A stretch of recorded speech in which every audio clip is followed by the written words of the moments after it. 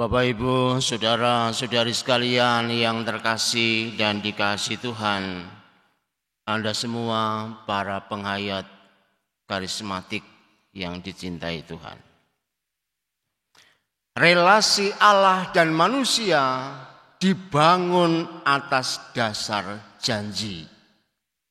Sejak manusia tercipta, Allah sudah menjanjikan keselamatan. Begitu manusia jatuh dalam dosa, Allah membarui janjinya yang telah dilakukan itu. Dan dengan janji itu kita mengenal Allah yang selalu mengasihi. Sekaligus juga kita dapat berharap kepadanya. Oleh karena itu, pada kesempatan malam hari ini, saya mengajak Anda semua untuk merenungkan 3 hal berikut. Yang pertama, mengenal janji Allah. Allah tidak tega melihat nasib buruk manusia. Ia ingin merajut kembali relasinya. Maka Allah berkata, "Engkau bukanlah yang ditinggalkan suami. Kamu tidak lagi disebut yang sunyi. Mulai sekarang ini kamu disebut yang berkenan kepada Allah dan yang bersuami." Kalau Anda pernah memiliki suami, pasti mengerti akan hal itu.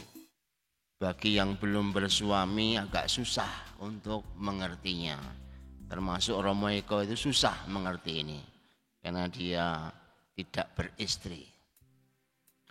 Nah, bagaimana kita mencoba untuk melihatnya? Karena berselingkuh dengan dosa, manusia kehilangan suami, yakni Allah. Hidup menjadi sengsara, kesepian dan tanpa pegangan. Lebih daripada itu, perselingkuhan ini membawa luka yang menganga. Meski menyesal dan bertobat, manusia tidak bisa memperbaiki hidupnya. Akibatnya jatuh dan jatuh lagi dalam belenggu dosa yang sama. Dan pada posisi yang sulit seperti ini, Allah justru tampil sebagai seorang suami. Ia tetap setia dan ingin menyelamatkan manusia, istrinya itu. Ia tidak menghukum, tetapi justru membarui ikatan janji. Ia akan kembali menjadi suami. Dan inilah karya agung Allah yang bertindak sebagai suami yang maha rahim. Memang ada sedikit keanehan, suami yang maha rahim. Yang punya rahim selalu istri. Tapi disebutkan suami yang maha rahim. Berarti belas kasih dan cinta Allah itu sungguh luar biasa. Melebihi segala-galanya. Dan itu terbukti ketika ia mencintai. Justru ketika kita menyeleweng dengan dosa. Nomor 2, melihat realisasi janji. Hari ini kita diajak untuk melihat Allah yang tidak tahan untuk jauh dari manusia. Hasratnya begitu besar untuk satu rumah dengan kita. Injil menggambarkannya dalam pesta pernikahan yang diwarnai kekurangan anggur. Pesta sukacita berubah jadi bingung, panik dan tegang. Inilah fakta bahwa hidup dalam dosa tampaknya saja gembira, tampaknya enak, tampaknya tanpa problem, namun selalu menggelisahkan, menyedihkan, dan serba kekurangan. Ketika saya bertanya, bagaimana rasanya dosa? Semua orang yang pernah saya tanyai menjawab, enak Romo dosa itu. Enggak ada dosa yang enggak enak. Tapi meskipun enak semacam pesta, tetap di situ terdapat kekurangan yang sungguh luar biasa. Disinilah Allah tidak tinggal diam. Ia turun tangan dan tampil sebagai penyelamat. Ia menolong kita dengan mengubah situasi buruk menjadi sukacita yang sempurna. Allah menyediakan anggur terbaik secara berkelimpahan dan membawa kita kepada keselamatan. Karya tangan Allah yang indah ini akan bisa dilihat manakala kita sadar dengan kekurangan yang kita miliki dengan kesadaran saat kita berdosa. Selama kita tidak bisa merasakan bahwa hidup susah tanpa Allah, sekaligus meyakini Allah yang maha murah itu, maka kita sulit melihat janji Allah yang sedemikian luar biasa. Maka kerahiman Allah, kemurahan Allah, kebaikan Allah yang mau menolong kita itu akan bisa ditampung oleh kita yang sadar bahwa dosa itu meskipun seringkali menyenangkan, tetap menyedihkan.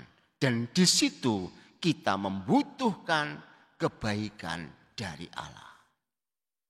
Sekarang mari kita masuk ke poin yang ketiga, yaitu menanggapi janji. Dalam poin terakhir ini, marilah kita mengembangkan 3 sikap penting dalam menanggapi janji Allah. Sikap pertama, terbuka. Allah itu selalu menolong kita. Ia suami yang setia, meski kita menyeleweng dengan dosa. Tetapi pertolongan Allah itu menuntut sikap terbuka. Artinya terbuka adalah mau melakukan kehendak Allah. Tadi Maria berkata, apa yang ia katakan kepadamu, buatlah itu. Mukjizat dalam hidup kita akan terjadi apabila kita mau bersusah payah mengisi tempayan sampai penuh. Perubahan hidup itu akan muncul apabila kita taat kepada kehendak Allah. Sikap yang terbuka seperti ini akan memungkinkan kita untuk dapat mengalami janji indah dari Allah. Tanpa sikap terbuka, meskipun Allah itu sudah dekat dengan kita, kita akan sulit merasakan kehadirannya. Lalu sikap kedua yang mesti kita kembangkan adalah peduli. Andaikan Maria tidak melapor kepada Yesus, pemilik pesta itu akan malu karena kehabisan anggur. Maria peduli sehingga situasi terkendali. Dan ternyata di zaman kita ini kita bisa melihat bahwa kita sekarang sedang dalam keadaan yang sulit untuk membedakan mana yang benar, mana yang salah. Seringkali kita menganggap yang salah menjadi benar, yang benar menjadi salah. Disinilah sikap peduli dibutuhkan. Selain kita terbuka dan memperbaiki diri, kita diminta untuk tanggap situasi, mencari solusi, dan bukan malah merusak sana sini. Kita sedang dalam proyek supaya tidak hanya kita yang selamat, tetapi mesti banyak orang mengalami keselamatan. Disitulah kita membutuhkan sikap peduli. Dan sikap yang ketiga adalah iman. Di tengah kesulitan, di tengah kesepian, dan di tengah kekurangan, selalu ada kecenderungan untuk meninggalkan Tuhan. Mengapa itu terjadi? Karena seringkali orang masuk dalam kategori frustrasi. Mau berbuat baik, berusaha enggak bisa. Mau terus setia mendengarkan suara Tuhan tapi mengalami banyak hal yang justru bertentangan. Tuhan tampak diam dan tidak bisa mengatasi persoalan. Hari ini kita diajak memandang pesta di Kana. sebagai suatu cermin bahwa Allah itu sedang memurnikan hidup kita. Ia tahu kita ini berdosa, tetapi ia juga memiliki kasih yang tak terbatas. Maka ia membersihkan kita dari dosa. Untuk itu perlu iman yang besar agar bisa mengertinya.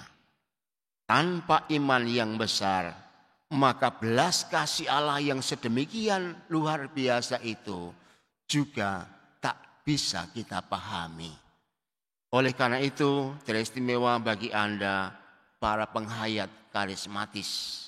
Semoga karena bantuan Roh Kudus kita paham akan hati Allah yang Maha Cinta dan membuat kita hari ini berani beranjak dari dosa menuju cinta karena percaya bahwa Tuhan itu Allah suami yang Maha Rahim yang masih mau menerima kita asalkan kita mau sungguh-sungguh berharap hanya kepadanya.